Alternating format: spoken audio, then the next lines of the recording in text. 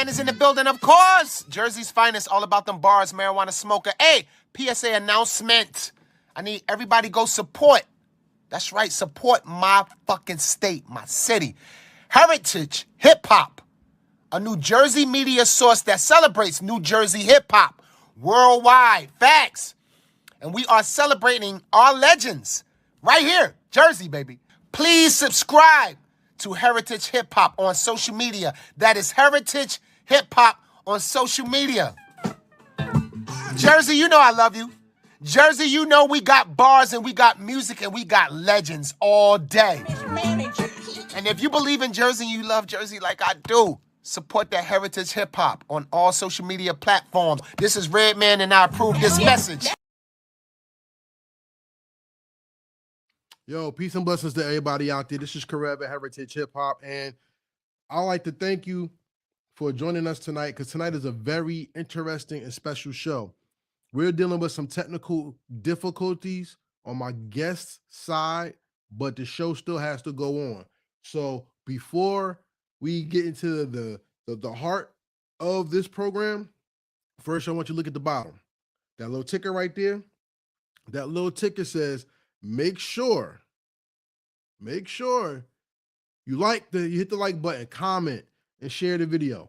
Also, if you like the show, you like the movement, you like the podcast, donate, $ Heritage Hip Hop. Heritage Hip Hop introduces you to your future favorite artists today while celebrating hip hop culture in its entirety from yesterday, today, and tomorrow. And tonight, we're talking about the griots. We're talking about history. We're talking about everything that goes on in this world that needs to be talked about, which is our culture.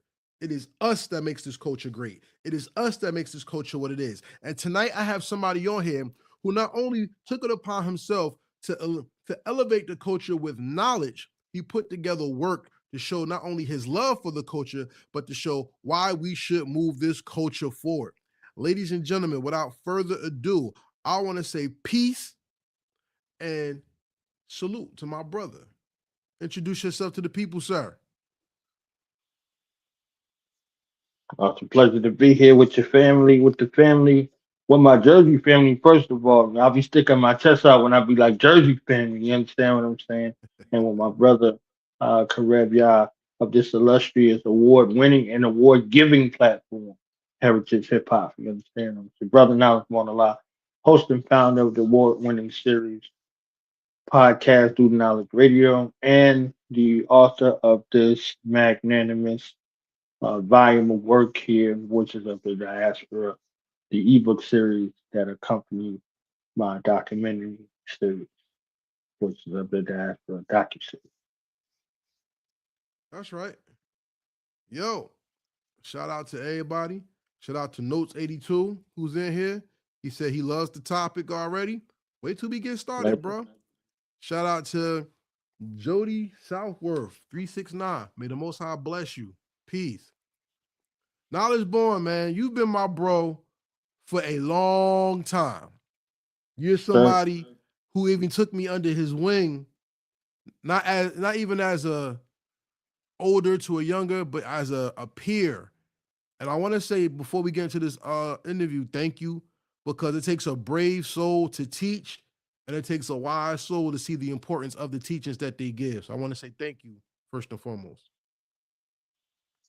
Honored. I can say the same for you. You know, in these treacherous waters out here, it's nothing like having a brother that's going to shoot it to you straight. You understand what I'm saying? And if I want the real, I'm coming to Karev. If I want some fluff, I'm going to go to Show Enough. You understand what I'm saying? True indeed. But let's get to business, man, because Knowledge Born Allah, that name alone speaks a lot. I want you to give some context to Black history by starting from your identity.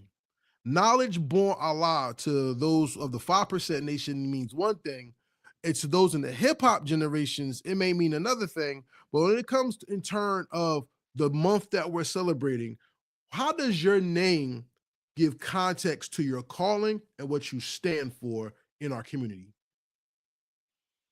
Excellent question. I said we starting off the top rope, all right? You understand what I'm saying? My name was given to me, you know, after a spiritual rite of passage, so to speak. I was born as an Arabic speaking Muslim, you know. So if you see something around the way or anything like that in regards to Black History Month, they're now merging these things. These things were taboo. They didn't meet. You understand what I'm saying? If you was black, you was considered to be in the nation, right? So there was no equivalency whatsoever in regards to mainstream Islam and black identity, right? So I was born Arabic speaking Muslim that wasn't dealing with mainstream Islam. You know, Islam was a science, and we grew up in studying the religion. So, you know, at birth, I was Mukmeen Muhammad. My mother was Mukmina Muhammad, and my father was Mukmeen Muhammad. So we had the same name at my birth. So that is one of the 99 attributes of Allah, being the believer, you know. So we were the believers, right? My mother, my father, and myself in regards to that name. So after the spiritual rite of passage, I received the name knowledge, right? So knowledge in the realm of supreme mathematics, supreme alphabets, and Allah's 5% on nation, gods, and earths is, it means to look, listen, observe, but most of all respect, right? So you would hear somebody say, do the knowledge, right? So my platform, do the knowledge, right? It's an ode to that sacred science of taking information and bringing it through a filtration system that consists of going from knowledge to born, and then from born back to knowledge, right? So if we're making knowledge born, this is who I am and this is what I do. So they became congruent of one another. And on my father's side, his father and the father above him, so my great grandfather's last name is Allah, literally. So not only is this from the science or the religious perspective or the mathematical perspective, it's from my familial family perspective as well. So since we're talking about the significance of this month, you know, in February, the founder of Allah's 5% or the Nation of Gods and Earth, Father Allah, you know, known to the world as Clarence 13X, his birthday is in a couple of days. His physical degree is literally in a couple of days. So we look at February and say, okay, it's the shortest month out of the year. We're gonna miss everything and everyone that comes. You know, Haj Malik Al Shabazz, Brother Owen Wiley, freshman known to the world as Minister Malcolm X, was assassinated February 21st, 1965. But Nina Simone was also born on that same day. So if we get caught up in the, you know, the poor part of the situation, we will miss the best parts of the situation based off of how this month was designed and laid out by Carter Godwin Woodson 100 years ago. You know, so this is the centennial anniversary of something that was birthed out of a need of representation in regards to Black life. So knowledge one of Allah, knowledge of the family of Allah, knowledge one Allah. You see what I'm saying? So Allah, if you break it down in the Arabic, is Al Ilaha, the God, right? So knowledge born of the family of God, knowledge born family of the Most High. You understand what I'm saying? So we are beings, sons and daughters of the Most High God. So that's our familial actual bond. It's rooted in our family, but it has its inception with divine. So we bringing all of these things back and all of these concepts back that have been castigated aside. And what better month or way to do it than in the month of February? Salute to that. And salute to Coach Kandaka in the building. Coach, love you and thank you for all your help. My Shiro. So before we continue, happy Black History Month, bro. I appreciate it. I love it. I love it with honor, and I return it 1,000-fold. So now let's talk about what Black History Month is compared to what Black History Month was. I remember in the 80s and 90s when Black History Month came, you had barbershops Mhm. with the calendars, and the Mhm. calendars gave information. I remember Yeah. getting the Black History mixtapes from McDonald's. And KFC, Yes. they had the white tapes Yeah. with jazz music and stuff that you didn't Yeah. really hear too much on tapes to spread the message of Black history. Black history then was celebrated mainstream. And over Mhm. the years, we got to a point where Black history wasn't even celebrated. It was mentioned. And then now Black history is attacked by an administration that says it's woke and that Black History Month is an enemy to America because now it makes Caucasian people who cannot be included in Black History Month the enemy of America. Mhm. How do you Mhm. feel about that? And where do you stand in those types of thoughts in our society? I love that question. I battle with it, right? Shout out to my Uncle Tad. He said he's been black his whole life, and I agree with him because I've been black my whole life. You understand? I haven't been any other person on the planet. So when I hear remarks like that, like what if we had White History Month and blah blah blah, all of this stuff. See, I served in the armed forces, and they don't pull punches in the military, as you know. Like they don't pull punches in the military. So we went through all of the ethnic observances and all of that stuff. There was never an issue with any other celebration. Okay. Everybody had their month. There wasn't no thing. Black History Month, there's always been an issue with that observance, right? So let's go back to Negro History Week and what was the reason why? Because we put this all together, right?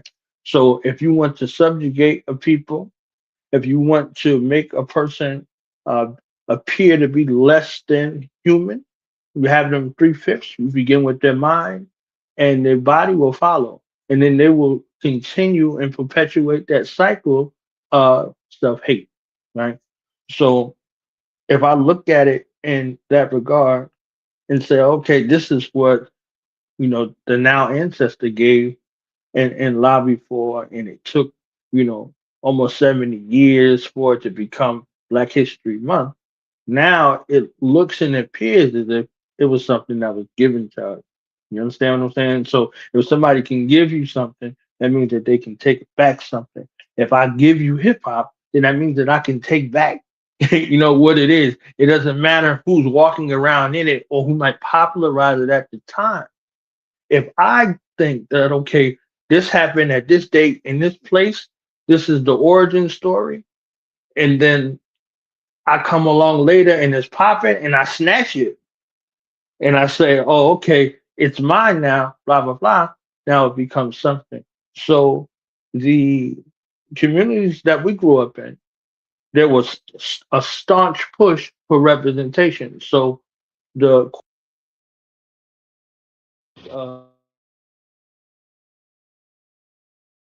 slowly stripping away at,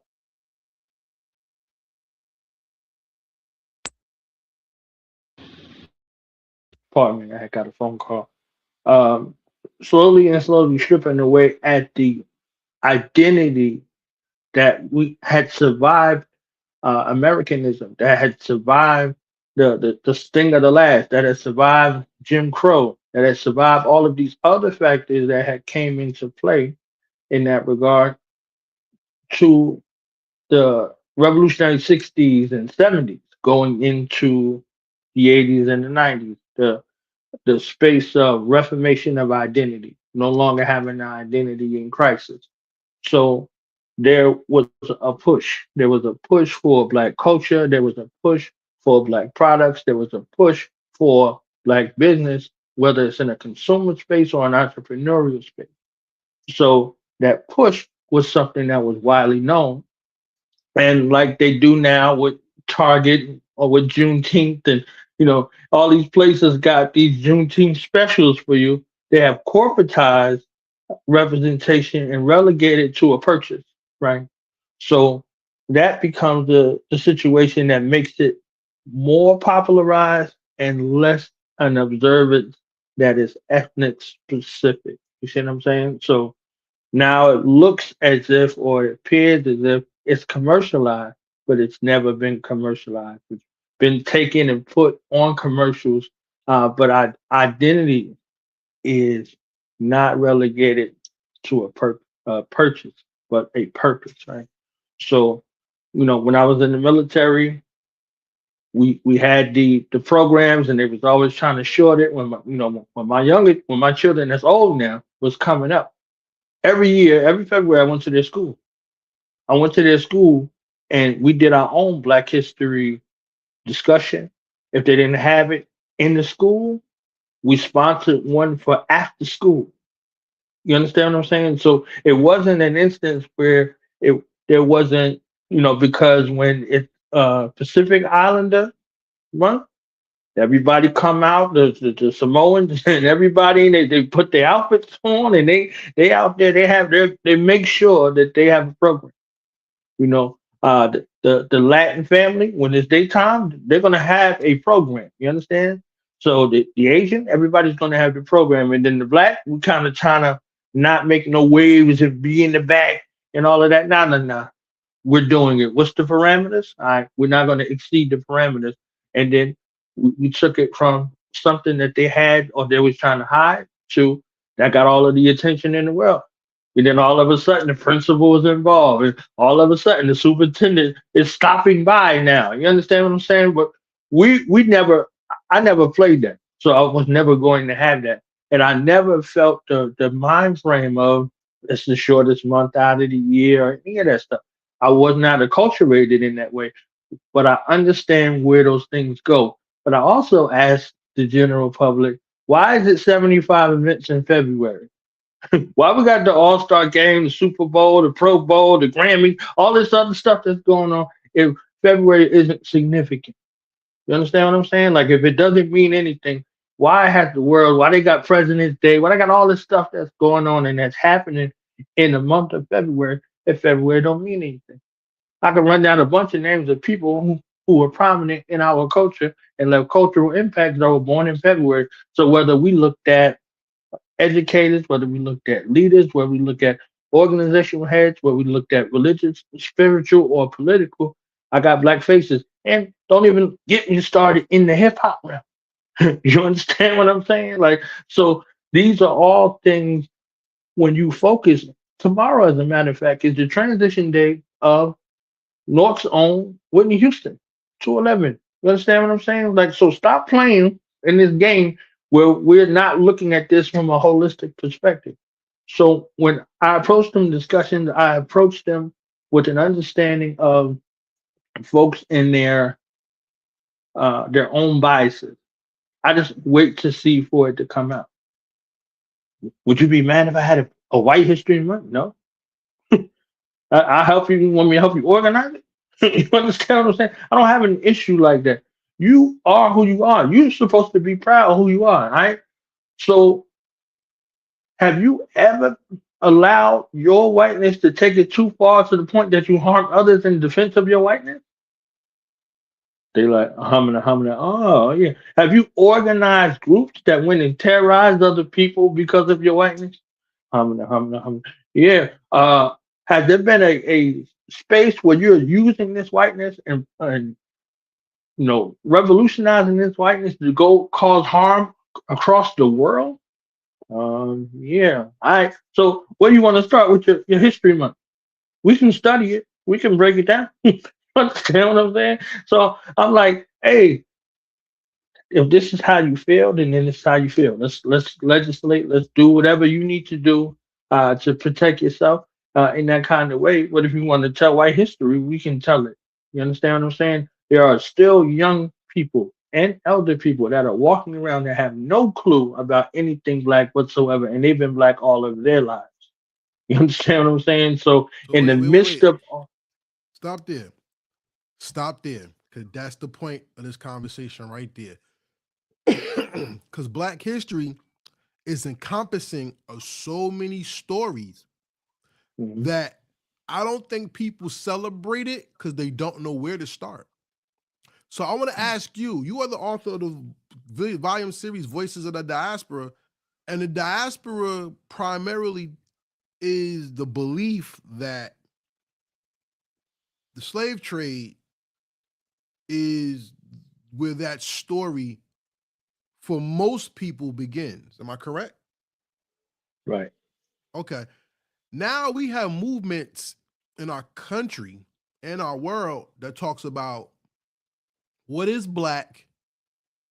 Mm-hmm. Are we children of a diaspora? Is the story being told in reverse? And Mm-hmm. Mm-hmm. and Africa versus Aboriginal. Mm-hmm. What is your take on that as you embark on teaching about the voices and how black isn't a people or a continent or country, it is a perspective, an experience, and identity through culture. Tell me about that. Well, you asked a couple of questions, and then there's some other questions under the question. So I'm gonna get to it as succinctly as possible. Black is like night. Black is like the origin that exists around the sun in the universe. Like black is that, not black is a social construct. We're not talking crayon situation. We're talking about the universal essence from which all life that emanates in the physical world comes from. Cosmically, physically, metaphysically, emotionally, and spiritually. So that having a attractor to the sun, right? Have an attractor to the moon, being made up of the cosmos. I mean, black in that ultimate essence, right? That triple state of darkness of the mind, that triple state of darkness of the womb, where life grows in gestation and grows for the world to be seen and heard everywhere. You understand what I'm saying? So, black in that essence, that is ascribed to describe those sons and daughters of the Most High, right? So that sort of space in that regard. This is where we're going. We're not relegating it to no continent. We're not relegating it to even the planet. Again, we're going back to the family of the divine, right? So if you are not burned by the sun, if you can exist out in nature wholly and solely, if you walk in natural rhythm, you don't need a drum beat. You are a drum beat. You understand? You don't need to build a pyramid. You sleep under a pyramid. You look at this nose, that's the capstone of a pyramid. So we're talking about being composed of the essence of the divine and being one with Mother Nature and Father Divine in that so to speak. So now when we get into the space of self-determination, it is my position that the issues that we have that are plaguing us are based off of identity and identity in crisis. So because you were robbed of a identity, you're going to replace it with whatever you deem fit. And I don't have no issue with that whatsoever. So there's a big movement now, the delineation movement. I love it. You understand what I'm saying? So the people who identify with this set of ideology, or we have a Pan-African ideology, I love them. The people say we foundational Black Americans, I love them. No different than the Black who is a Christian, no different than Black who's a Muslim, no different than the Black who's the Moor, no different than the Black who's the Hebrew or the Nubian or the atheist or that is just like, yo, I'm Black. However you style yourself, honest to you for that. You understand what I'm saying? We live through every kind of spiritual and political change, and all praises do it. It's never been a real conflict until we get into the space where we're conflicted. You understand what I'm saying? And somebody think they trying to play you or disrespect you or whatever the case may be. You understand what I'm saying? Now it's going to be some sort of warfare. Now I know that it exists some contention where there are platforms out here who target these groups and pit them one against each other. You understand what I'm saying? But I've never had an issue with nobody of any religious, spiritual, revolutionary, or any of the like in regards to that grand unifier. When they see me, oh yo, that's the God. Yo, peace to the God. And I was born. You understand? That's it. Because I offer them the same honor and reverence for their particular walk. So that principle of self-determination, which is Kuji Tagulia in Kwanzaa or the Nguzo Saba, platform says we name ourselves and proclaim ourselves. You understand what I'm saying? So you're operating from your best interest, and your family culture should show you how to have that cultural lens for the rest of the world. You understand what I'm saying? So if you grew up in a particular ideology or way of life, that's supposed to be how you operate. You see what I'm saying? As long as it's good for the benefit of our people. If it's not, if you're again, if you're doing harm to any person, or if you're doing harm to elders, women, children, I got an issue. I don't care what you believe in. You're gonna go to see whatever God you pray to. I promise you. You understand what I'm saying? So we don't have no issue with any of that. All of these things are done in an era where everything is content. So I appreciate them even for pushing out the discussion, because you get to flush out where people's allegiance are, and the other part is it gives a broader look into the intricacies, because everybody who is a foundational Black American doesn't follow this guy or this girl. And everybody who's a Pan African doesn't follow this guy or this girl. So it's nuanced. It's always been nuanced. And it's a thing as long as we have been here in particular. You understand what I'm saying? But if we go anywhere throughout the diaspora, all the way to the mother continent, we will find differences of people that look just like us based off of how they were acculturated within the culture. Very eloquently well put. And the thing about understanding that is, the more we separate ourselves, the more we destroy our story. Now, I'm Hmm. gonna be honest with you. There's Africans I met who don't care for Americans. Pardon me. Hmm. There's Americans who don't care for Africans. There's people from the West Indian cultures that can't stand each other. They're not Americans at Hmm. all. And we have been Hmm. so cooperative in destroying ourselves that we're aiding and abetting the hatred that produced the hate among us. Hmm. And I want to give you credit because in your book series, Voices of the Diaspora, you make sure you show the importance of Black history from the contemporary and the historical. You are the first person I've ever seen do a collective of books that talk about, for instance, Dr. Martin Luther King Jr., then go to Clarence 13X and everything in between, and then put Hmm. on Abba Bibbins, who is from the Hmm. Hebrew Israelite community. So Hmm. you are showing a connection that all Black history isn't black and white, it's actually in front of you.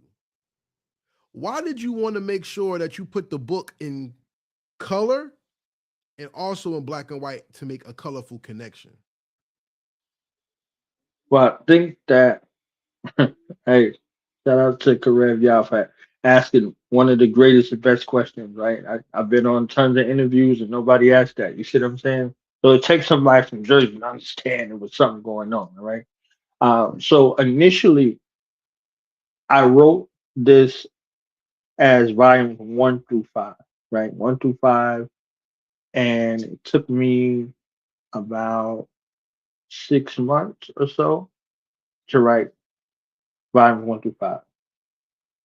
So initially I just wrote them, and I worked with one of my brothers, D Banks of D Banks Design, and he does amazing graphic work and illustration work. So I wrote them, I sent them in to him.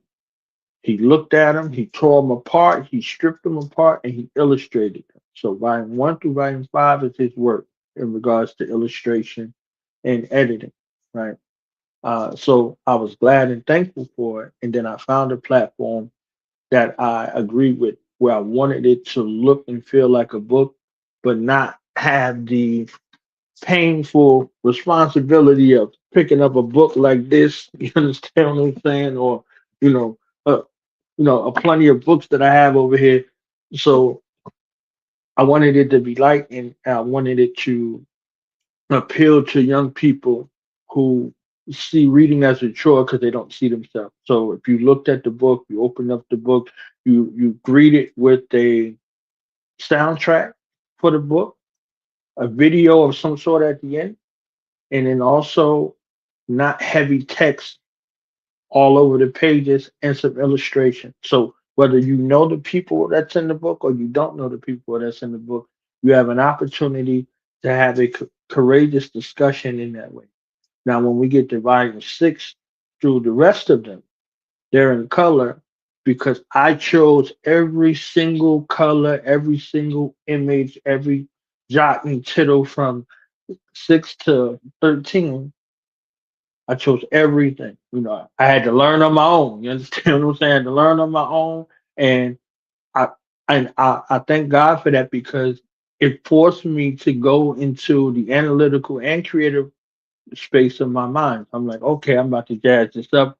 I'm about to walk it through. So if you look at, volume six, you start looking at excuse me, Birth of a Nation. You see what I'm saying? I want you to see the clan hoods. I want you to see the fire. I want you to see the civil unrest. I want you to be able to look at these movements and begin on a pathway to say, okay, this is how they're telling their story. Who's speaking for us in dealing with our narrative? So the contrast of color was literally giving honor and credence to two minds that began the illustration. My brother D Banks did 1 through 5, and I did the rest. And I'm looking through, and I wanted to see what excited the young black mind, what was of interest to the young black mind, who were some of the people that they could visually see and be like, I know who that is. Who's this? What's this? So immediately, like, what song is playing? Like, who's that on? What are they saying? You understand what I'm saying? So it's dope hip hop artists in there. They're not degrading you. They're not calling you the N word and the B word. Any of this, nobody's doing harm to you at all. They're welcoming you back home, welcoming you back into a sense of self. You're looking at something in someone that looks like you, written by somebody who loves you. And then I'm starting discussions in the household. You see what I'm saying? So the power of the black family, like we're starting discussions in the household. How can we overcome this family trauma and drama? You see what I'm saying? How do we protect our family? All of these other aspects is there. And anything that's associated with black life, from entrepreneurship to our mother of civilization, which is the black woman, to the revolutionary thought leaders and actual historic leaders in regards to that. When we start talking about leaders and nation building, I want you to be able to look at these leaders and check out their profiles and give you a snippet just enough to say, okay, I'm gonna go do some research on this person right here. What's her name? Queen Nani. Oh, she was in Jamaica. Oh, she was over the Maroons. I'm feeling like a Maroon. You understand what I'm saying? Like, oh, this who's this? Didan Kamati and the Mau Mau. Oh, this is what they did. I'm feeling like a Mau Mau. So for the Mau Maus to the Maroons, to the folks that are here in the Americas and South and Central America. You understand what I'm saying? So the Afro Caribbean and everybody, there's a space where it's represented because our story is very, very, very nuanced, right? So the Portugal uh, slave trade versus the transatlantic slave trade versus the sub-Saharan slave trade all have different sort of markers in regards to black life. And then our own exploration, devoid of any of these other influences that come in the 15th century and the 16th century. You see what I'm saying? We have our own explorations. We were all over the planet, so we're all over the planet. So it gives credence to everybody's story in that regard. So if you delineate it, you delineate it. If you a Pan African, that's fine. If you a black dude or a black girl, that's fine. There's room for everybody in that in regards to that story. Nobody has a monopoly on our story except our enemies. You understand what I'm saying? So they decide for the most part in the mainstream and the entertainment industry what becomes a socially acceptable representation of a black man, woman, and child, which is foolishness. So either I could be like, I ain't messing with none of it, or I could roll up on my sleeves and dig out of the muck and the mire and remind our people when you look at your divine self, you are enough. You are a miracle and a gift from God. You are a child of the Most High. And let's get back into how we were actually coming up. I never ever walk past any of the issues. There are issues. There are deviants amongst us. There are folks with predatory behaviors that need to be exposed and, in my opinion, eradicated. You understand what I'm saying? So we can, our children deserve to grow up in environments where there's no harm and there's nobody looking to prey on them or do anything harmful to them. Only people who's going to love, nurture them, train them, motivate them, and expect standards of excellence out of them by giving them righteous examples and then giving them plans and implementation surrounding their goals, aims, and objectives. So, again, this book series was comprehensive and it reflects the mind of two artistic minds, my brother D Banks and myself in that regard. Nicely put. I'm going to tell you something that I loved about the books, because ladies and gentlemen, on Heritage Hip Hop, you don't just send us things and then we just be like, yeah, you got a book. No, I go through the information. And I'm going to tell you, for everybody out there who does not have the book series yet, I'm going to tell you my experience with it and why I'm going to thank him for doing this. The first book, the thing that stood out to me was, like I said, it was old school mixed with contemporary. So while you have Martin Luther King and stuff in there like that, you also had LeBron James. You also had the woman who started Blavity. And then, I didn't tell you her name, so I want you to get the book, by the way. And the most important thing in the book, besides identifying people, what they've done, was you had resources in the back for black entrepreneurs, small black businesses, people who want to write books. So when you look at the first book, it's not like information. It's like information. This is what you can do with this. And here's the call to action to take it to the next step. And here's resources. See, one thing I hate about our people, everybody wants to be the first to know, but no one wants to be the first to share. Everybody thinks by holding knowledge, you have the upper hand on somebody else. Instead of understanding, when you share knowledge and let people do what they want, there is going to be a delineation between the two, because the person who works is going to stand out over the person who just holds in knowledge. Right. That's called, in the Bible, they call that the servant who didn't spend their talents. That the one who spent his talents, God blessed, because he used what he was given. But the one who sat on the talent or the knowledge, they were destroyed because they were called wicked and lazy, which means they didn't go out to help the next person. Another thing I like, because you talked about volume 6, when you put volume 6 in it, volume 6 is about the black mind. And let's get controversial. One of the most important things that makes black history is blackface. Whether it's a Klan face, an agent, or even denigrative entertainment, you have to see the negative to understand how your greatness and your positive. The Birth of a Nation, as you brought it up, by Franklin D. Roosevelt. Am I correct? Roosevelt? D.W. Griffith. Yeah. No, not the movie. The president who showed the movie. And he said that was the greatest film ever to be made. And it was about the birth of the Klan. And why was it great? And for what the Klan is known for, that was the greatest message to be given. If we don't understand the power of our words, our faces, and our influence, then how could we appreciate the evil that we're fighting if we don't acknowledge the evil that's there? Do you agree? And tell me about that in your work. I agree from a psycho-spiritual perspective. Dr. Lerone Bennett Jr., peace and blessings be upon him, has a quote that says, "He who controls images controls minds." So he who controls images controls minds. And he said that a long time ago. And with D.W. Griffith's work, it was a polarizing rehumanization and extermination model in regards to the polar opposites, right? The extreme polar opposites. So somebody had to be the hero and somebody had to be a villain. There were no black people in that film. There were white counterparts in blackface. You understand what I'm saying? So they had the blackface on and they played to the reptilian part of the brain. The reptilian part of the brain, deals with the threat of sex, death, reproduction, at the base level. So that reptilian part of the brain where the threat of imminent danger was there. You see what I'm saying? So they showed this threat of imminent danger, this black man going to, assault this white woman, and then here comes the Klan.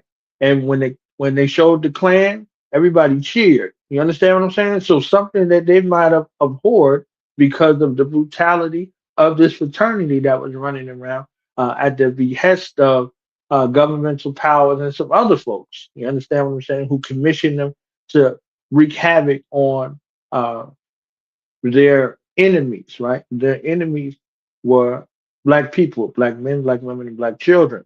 You see what I'm saying? With a host of other people that are in between. But the primary target, the arch enemy for this superhero force that is the Ku Klux Klan was these black people. You see what I'm saying? And it wasn't even people at the time.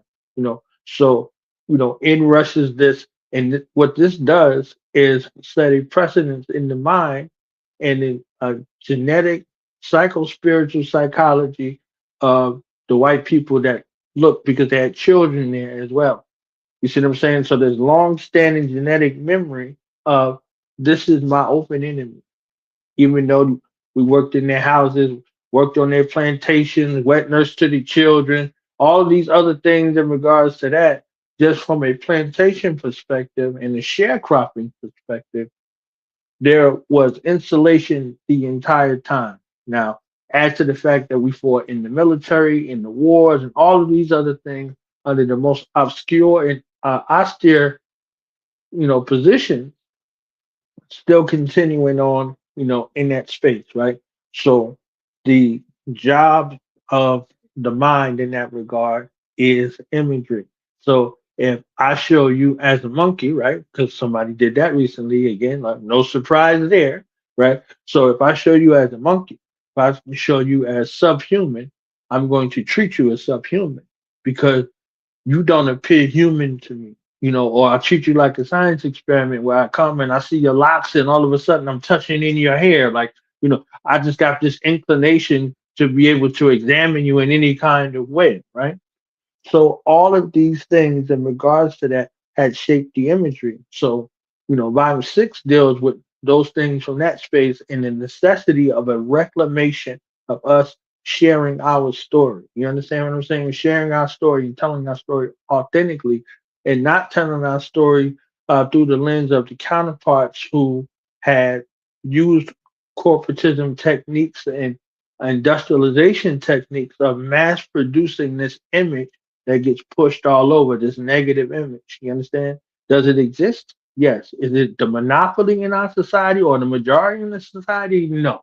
You understand? But through mass production, it can make it appear like the Wiz from the Wizard of Oz that this is something more powerful than what you have. And in order for you to exist in this society, you got to be able to change your clothes like they did in the Wiz every time that the Wiz got on the mic. Red is dead. Now we got gold. And now they got a song for gold. Oh, then it's I'd rather be seen than green. You understand what I'm saying? So you going through all of these different twists and turns and manifestation, and you have elaborate looking displays of someone who continues to subjugate you through your own deception, right?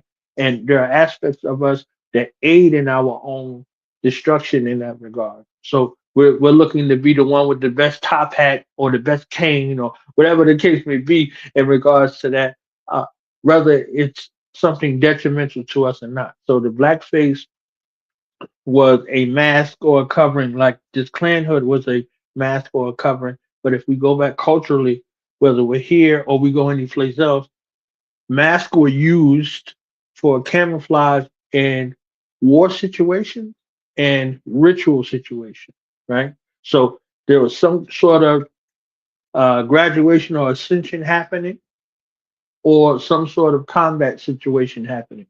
So this was the need for the mask. So when you put on blackface, right? You're putting on something to camouflage your appearance in a certain kind of way. So either you're looking to cause fear, or it's for your own protection.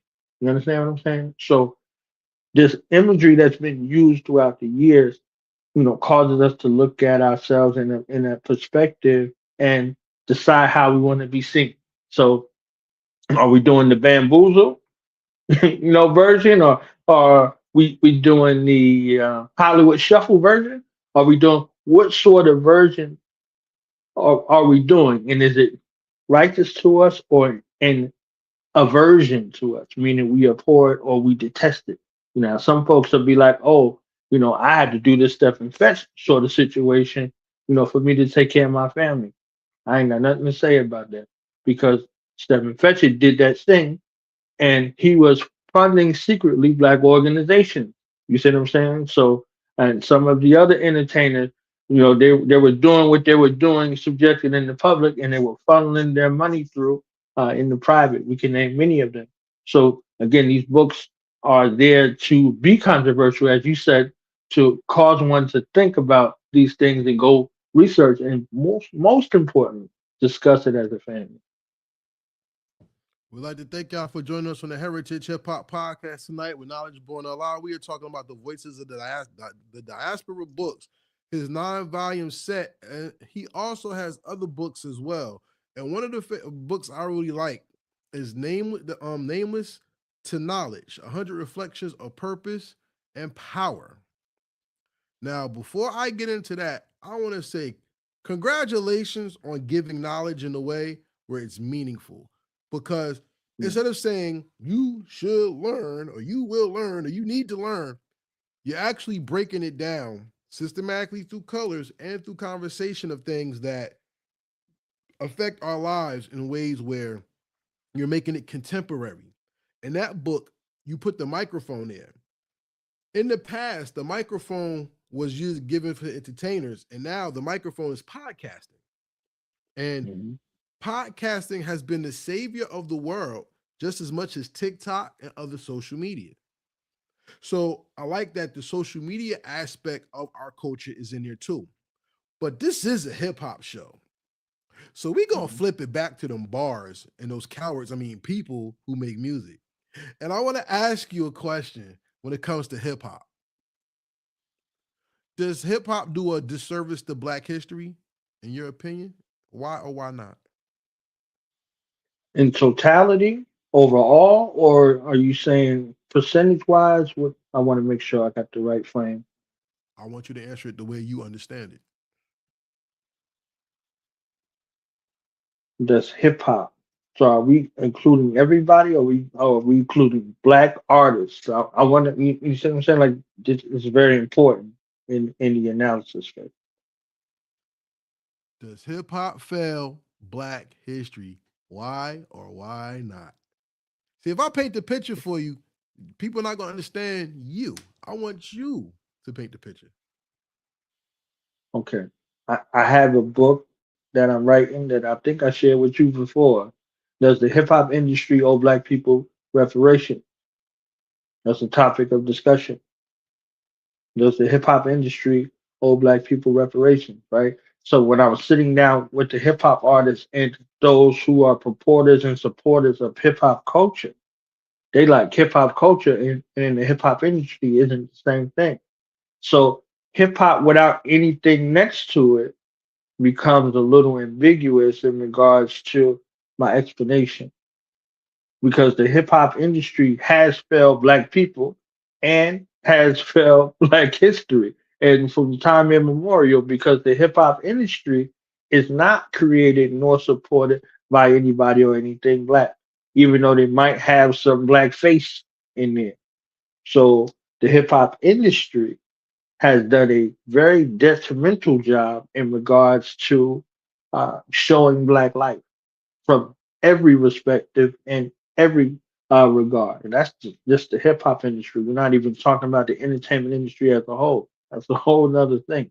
But hip hop, for its all of its greatness, right? For all of its greatness, the industry has produced some of the worst and most detrimental hip hop in the world. You understand what I'm saying? So if I'm looking at that question and said, did hip hop didn't hip hop fail Black history? I'll say yes in that regard. Have the hip hoppers in totality failed Black history? No. There are some people who have never had learned anything about themselves on any level had it not been for hip hop. So hip hop was like some people's pops, surrogate moms. You understand? Some people went on a path of journey of self discovery and enlightenment based off of some of the music that they heard. Some of the music that they heard.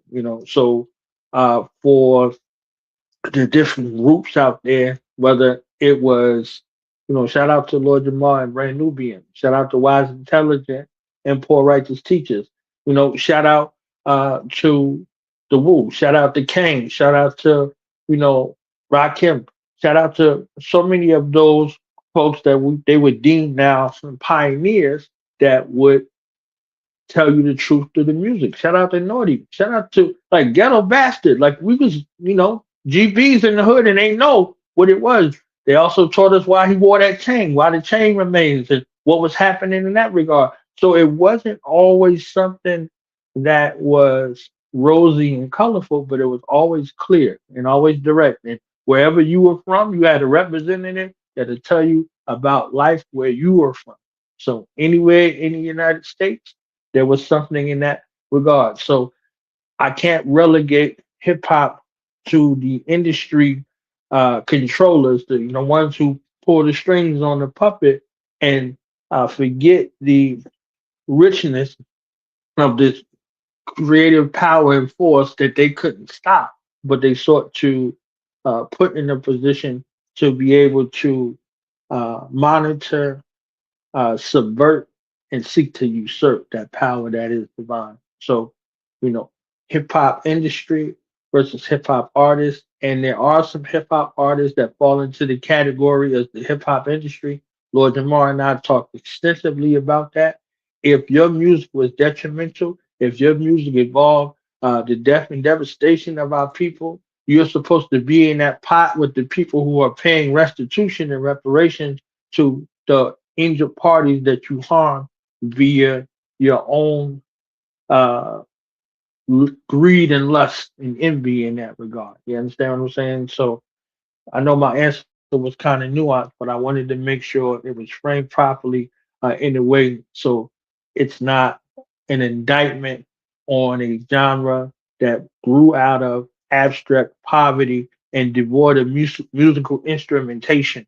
You see what I'm saying? So the rich vastness of going back to cultural norms and presets and making music, making the music with your mouth is, you understand what I'm saying? So that sort of era that was feel good, that was comedic, but also wisely intelligent. You understand? Pun intended. You see what I'm saying? So those sort of aspects that cause us to question and go to look for God and go back to find God. Like, who is God? You understand what I'm saying? And where's God? In the ghettos, right? We got a ghetto Jesus. We got all these sorts of things to give a moniker to remind us that God loves us. You understand what I'm saying? In that particular rhyme. Yeah.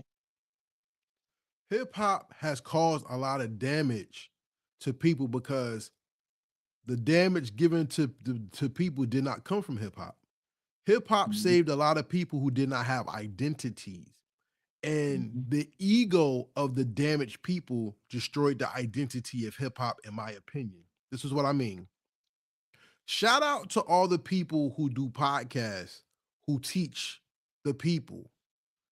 I don't have respect for people who do podcasts because they can't sell music anymore, or Or they're just taking the culture away from the younger folks and gatekeeping through being a name that has a microphone in front of them. That's one. Mhm. And that's a shout out to New York primarily.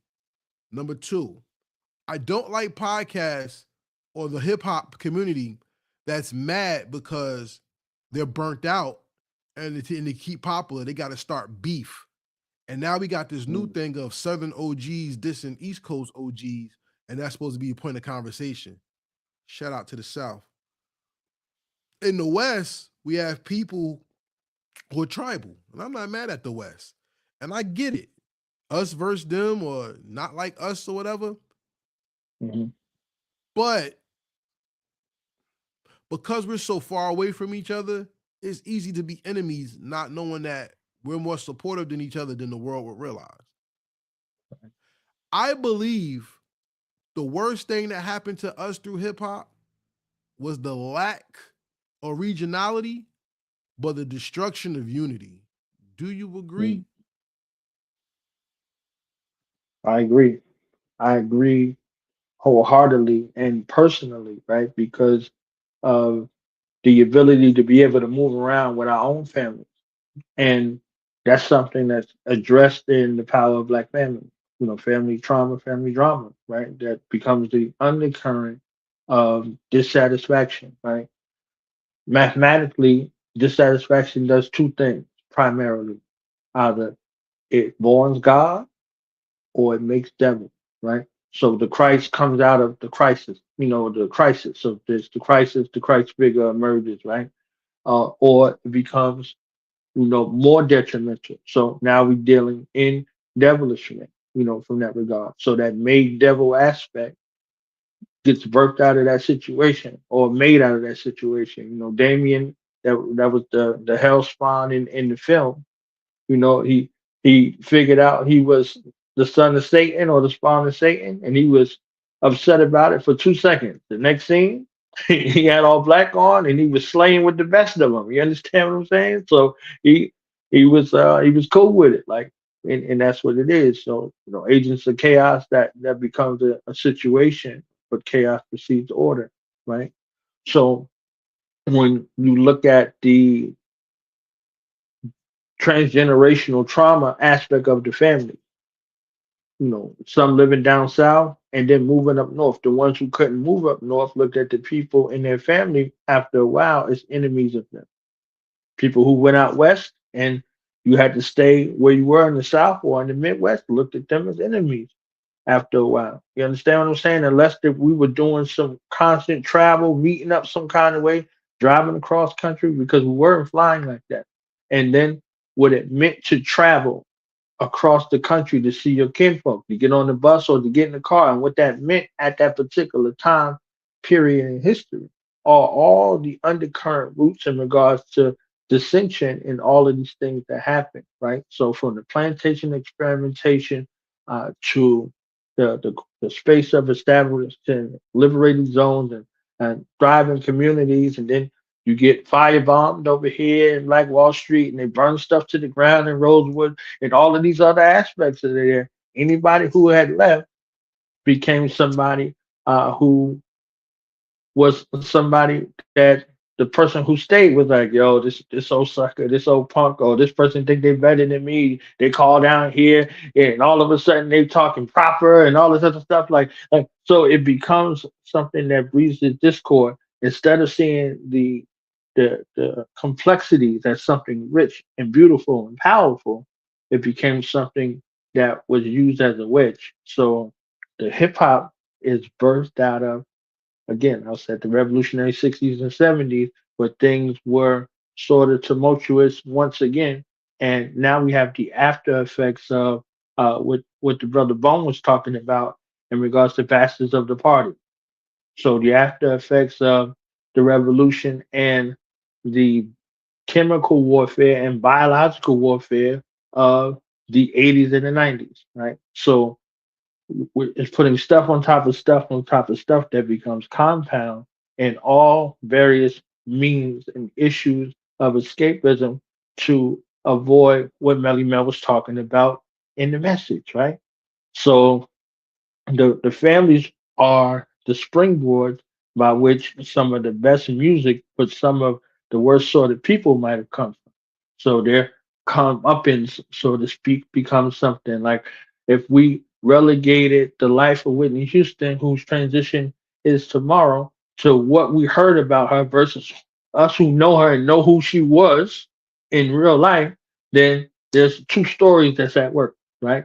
What you think you know versus what is known. And then you have to look at that Houston family as well in a whole nother regard.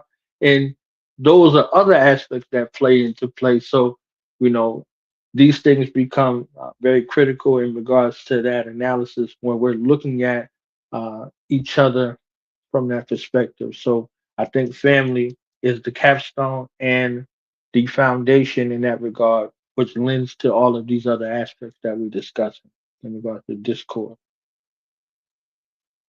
So let's sum this up wholeheartedly. Mm, You have a book series, Voice of the Diaspora. You have other books as well, such as The Sankofa Effect, Secure mm, the Legacy, The Power mm, of the Black Family, From mm, Nameless to Knowledge, etc. right. Why are your books essential not only for Black History Month, but to the foundation of a person finding knowledge to better themselves and their lives? Beautiful question. The standalone volumes are included in the bundle for a particular purpose. From Nameless to Knowledge is as personable as I would ever want to get in regards to sharing small aspects of my life and lived experience.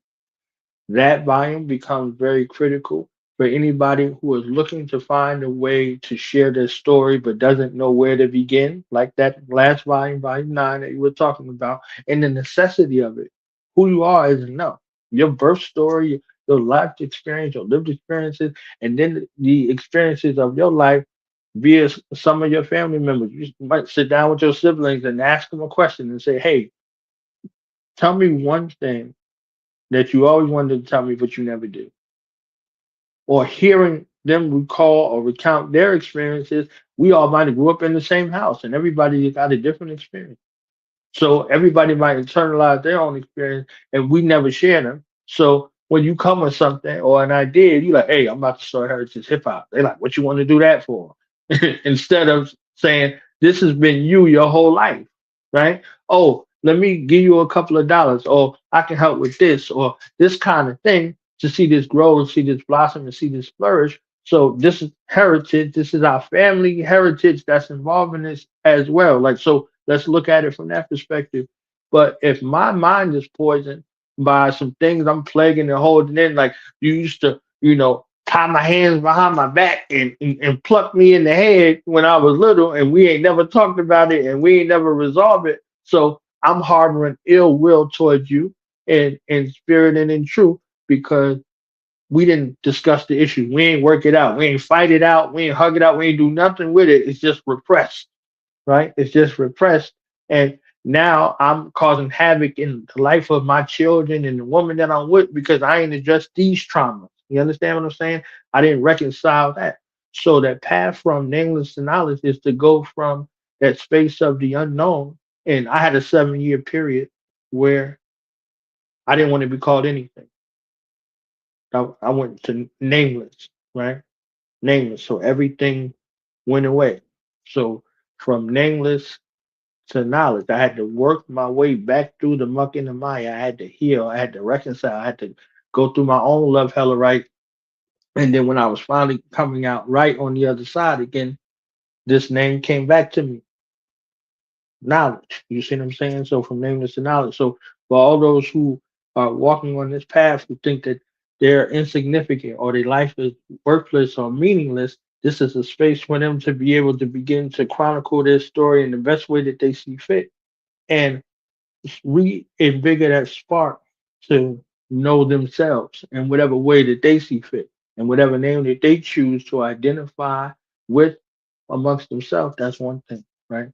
So again, I talked about the power of Black family all night. Saying Kofa effect was a look at Black organizations from time immemorial, right?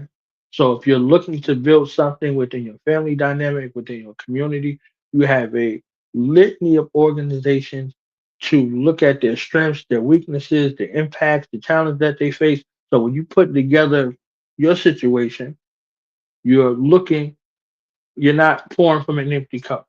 You're not grasping from the air hoping that you get something.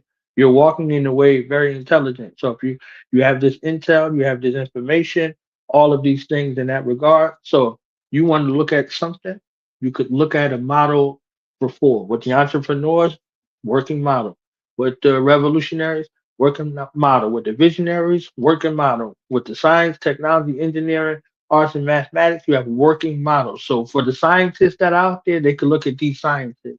For the technologists, for the engineers, for the arts, and for the mathematicians, you have something to look at as a frame of reference. And as you stated beautifully, Karev, there are resources at the end. It's not me just throwing some stuff out there and then you're like, all right, I got all this information. What am I gonna do with it? How do I know it? Where can I go and convert it from information into knowledge? And then what's that pathway to go from knowledge to wisdom? And what that means? You see what I'm saying? So all of these things are there for you. And there are articulation points or discussion points for you to be able, if you don't have the skill set, or the thing of articulation, it's already done for you. All you have to do is say, yo, all right, we're gonna talk about uh Shaka Zulu today. So everybody in the house, let's go see what we could find on Shaka Zulu and we'll discuss it as a family. And then now we're looking at everybody's skill sets. Like you found all that in an hour. You understand what I'm saying? It's like, oh, that's something different. Like, all right, so we need something found. We got somebody like, oh, I love the way you said that. Oh, I didn't know you was that deep. Now you got one who can articulate. Oh, well, I found this and then I drew this picture. Oh, I didn't even know you could draw. So now we're looking at these skill sets and seeing how palatable we can do. And then, all right, what did this research teach you about yourself? Or what did you learn about yourself? Did you kind of identify with this person or not? You understand what I'm saying? It's like, nah, I ain't gonna identify. Oh, I thought I was him. So all of these things in regards to the family that you begin to find and develop not only who you are, but who you are around and who you call family, right? So the purpose is to bring esteem and honor back to our families, back to our communities, back to those things and people that we say we love, and learn how to heal from the things that cause the division, the separation, the backbiting, the jealousy, the ego, and all of those things. So we no longer pass those things down, as the Bible said, the sins of the father risen unto the son from the seventh and tenth generation. Now, why don't we say the rewards of the son? What I'm saying? The rewards and the implementation and the invention of righteousness is what we want to pass down to the seventh and tenth generation. So just a opportunity for us to begin that courageous discussion and that journey and trek back to ourselves in the most righteous of manners. Black History Month is a gift to all men, all women, and children. It's also a part of the legacy that we are, who we are, and why it's important for us not only to know our history, but to know our genealogy and the greatness that comes from us. How can Mhm. they get these volumes? What's the best way they can get in touch with you and purchase and own what you've created? Okay, two ways they can send the Cash App as of right now. Cash App $ knowledge won't allow and put your email address in the subject line and I'll send it to you directly, or you can email me and say, I saw you on Karev Show, Do the Knowledge Radio at gmail.com, and that's spelled DOTHA. DOTHA KNOWLEDGERADIO. And you can get the volumes at a discounted method. There's one last thing I'll share with you and your audience. My brother Karev, uh, I'm also utilizing this ebook series as a fundraising mechanism for my docuseries Voices of the Diaspora. So every penny that is collected is going to that support. And I'm looking to partner with homeschool, before school, after school, Saturday school, daycare, independent black schools of any kind, revolutionary organizations, political organizations in that way that want a political component to a political education component to their organization, whatever it may be in that regard. And the bundle is available for uh, $50. uh, at a discount. But if we want to partner together and make it a fundraising mechanism, there is a price that we can split 50-50. So the organization, the daycare, whatever the case may be, that partners with us will get an opportunity to receive half of the proceeds so they can use it as fundraising mechanisms for what they're doing. So it's actionable in that regard and incentivizing our people to come together in a cooperative economic perspective sort of way so we can see that everybody gets the benefit of not only this information but something practical in actuality. So everybody out there listening, open your wallets, please, because people buy a whole bunch of BS. And as a testament, because I am going to give, as the guy, media guy, they give you these things, but it's good for us to open our pockets too, and I'm going to do it. I want to say if you have a small business, if you have a nonprofit, if you are a teacher, or if you're just a cultivator of knowledge because you feel it's important to give to your children, this is definitely, I mean, highly, definitely worth it. Whether it comes to teaching somebody the importance or even teaching yourself how to secure your home, how to be, how to be, how to secure your family if there's a state of emergency, how to stock up your home, like things like that is important, and that's part of our history. Because if you don't live to tell the history, then what exactly are you going to give? Right. And I was, like I said, honestly speaking, I was honestly blown away by the depth of knowledge that was in each volume. Because the first volume is like an overview. Then you had the Right. information specifically like the 100 inspiring Black women and things like that. And it went from a book Mm-hmm. that had women in it to a book about just the women. You know what I'm saying? Mm-hmm. And like I said, contemporary to even controversial, Black Lives Matter, and we even what that Mm-hmm. stands for. I mean, it was a lot of things Mm-hmm. in there that was very poignant and deep. Like I said, Blavity's in there. My man who who did the video game, which is Black Mm-hmm. history and started in the 1970s.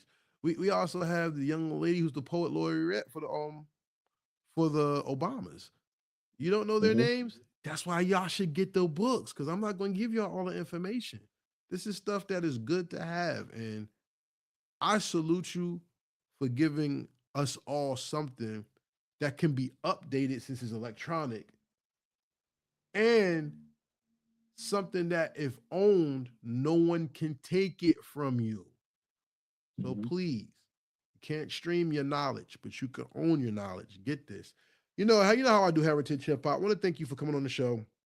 For everybody out there, who I hope you enjoyed this. You can follow me at Heritage Hip Hop on everything. You can subscribe to heritagehiphop.com. Join me there and look at the many shows I have. Off the record, where we talk about album specific things. We have the Mike Council, me and my two co-hosts, Seek of the Hello Effect podcast and DJ K1 of Kawan J Media. Mm-hmm. We talk about issues that affect us outside of music. I also have the Classic Divide, which is my audio only series coming soon with my man Tree. And we talk about, are these albums that y'all deem classics really classics? Because some of y'all just be Oh, saying some sure. bullshit is classics and they not. Oh, Snooky, Snooky. Oh I yeah, need we a causing little drop. controversy on I that need a shit. little bit for my cataract. Boy. You Yeah. understand? Yeah. And that's going to be audio only. Shout out to Big A. He in the A zone. Shout out to Dev. I don't know how to spell the name. I don't know how to say the name. I see my man with some space stuff in the back. Dev Leo Hadonis. Shout out to you, fam. I also want to give a shout out to Do the Knowledge Radio. Shout out to Killer Priest's Podcraft. Shout out to the brother Killer Priest. Yo, if you talk to Priest again, he don't remember me. I told him on the show. But we met in Montclair, New Jersey, where he was at the theater out there. And I saluted him, he saluted me back. Shout out to the Israelite family that I have as well. Rest in peace to Makapah Shamath, aka Shot Skills. I want to give a shout out to Doggy Diamonds. Y'all may hate Doggy Diamonds, but let me tell you something. He's one of my inspirations, and I'm saying it on camera so everybody knows. Because I have no shame. I wanted to give shout outs before the show ended. I want to say rest in Mine peace too. to the legendary Mike C. East Yes. Orange, New Jersey. That's another big loss for Jersey hip hop this year. We Mm-hmm. going out with a bang today, y'all. I always do something at the end of my show called the rapid fire questions. I have some for you, but I Uh-oh. wanted to change it because they're not music related. They're Black history related. Okay, I have 5 questions. You ready to go? let's go. What's the most important lesson every person should learn about themselves during Black History Month? That you are enough. And you are Question, enough. You being here on purpose, for a purpose, is purpose and okay. Question number 2. What's the most important tool of media that we use to make ourselves stronger during Black History Month? reading. Okay. Question number 3. Who taught you what love looks like? My mother. Today I buried her February 10th of 2009. My birth story, my life story, all of my essence. She taught me what love looked like. And she's the reason why I extend that love to our brothers and sisters anywhere in the world. Question number 4. What's one thing about loving as a Black person you think we don't talk about enough? Loving versus trauma bonding. I think we are very close with the trauma bond and don't really know how to love anymore. Mm. Last question of the interview. I'd like to thank you for coming on my podcast. Shout out to everybody watching. But the last question is this: what is Black love? Like love is eliminating all deviant behavior, all deviant thought, all deviant agendas, and healing to the point that all that radiates from your being is the utmost honor and respect for self, for your people, and for your future, and also the planet. We are connected to the planet. So, Black love extends to the righteous treatment of the planet because if we don't honor Mother Earth, she will punish us and remove us off of this planet. So, Black love extends to the universe and extends to the universal family, and it's how life emanates in the physical realm, in the spiritual realm, in the emotional realm, and in the intellectual realm. So, Black love encompasses all, but only when it's done from that most righteous space. And we can't have that when we got predators and deviants and miscreants in our midst. All right. I don't think I could put that any other way better than what you said. So, with that being said, everybody, I like to say that if you see the QR code in the top right of the screen, that's heritagehiphop.com. Make sure you go to heritagehiphop.com and see what we have to offer. The second one that you see has just popped up. That's our merch store on tpublic.com. Get some merch. Share the love. Show everybody that you support Heritage Hip Hop as we build this into the premier hip hop conversation spot and media spot in the world. Last but not least, here's our website with Super 7. This is something that we got going on, a collaboration where if you like me and you like to buy collectibles and figures, people pass on baseball cards, basketball cards, old shorts to their kids and stuff. Maybe you want to gift them the history of your hip hop by giving them a J Dilla, a BIG or something. Go to that QR code with your phone, hit on that, and purchase a figure. Courtesy of Heritage Hip Hop, we get a little kickback for that. And if you're looking to book your artist or have an interview, hit me at Heritage Hip Hop on Instagram. You can hit me on heritagehiphop.com. Just be Cash App ready as we are taking this to the next level and making this to premier hip hop media page for everything. I like to once again give a shout out to Coach K, who's inspired me heavily. Thank you, sis.